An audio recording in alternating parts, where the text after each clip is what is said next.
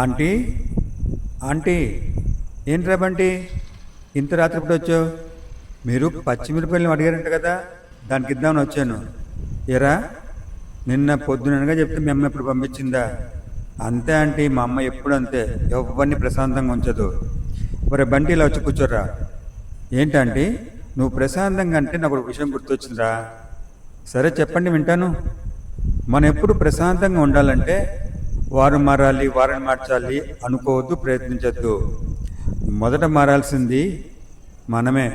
ఎందుకంటే రాళ్ళు గుచ్చుకోకుండా ఉండాలంటే మనమే చెప్పులు వేసుకోవాలి, అంతేగాని రోడ్డు అంతా తివాచి పడచక్కర్లేదు కదా.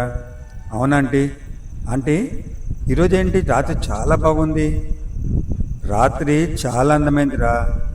కొన్నిసార్లు కళల చుట్టూ, మరికొన్నిసార్లు కన్నీళ్ళ చుట్టూ తిరుగుతుంటుంది.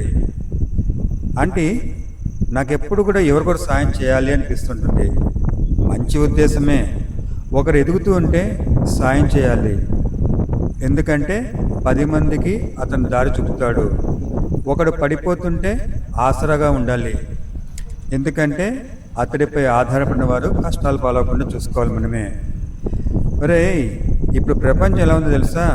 ఎలా ఉందంటే, ఎలా ఉన్నావు అని అడిగేవారి కన్నా ఏం చేస్తున్నావు అని అడిగేవారే ఎక్కువ.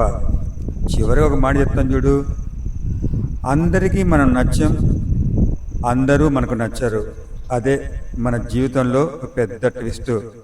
సరే ఆంటీ, ఇంక నేను వెళ్ళొస్తాను. రే, ఈ పాయసం పట్టుకెళ్ళు, మీ అమ్మకంటే చాలా ఇష్టం. అలాగే ఆంటీ.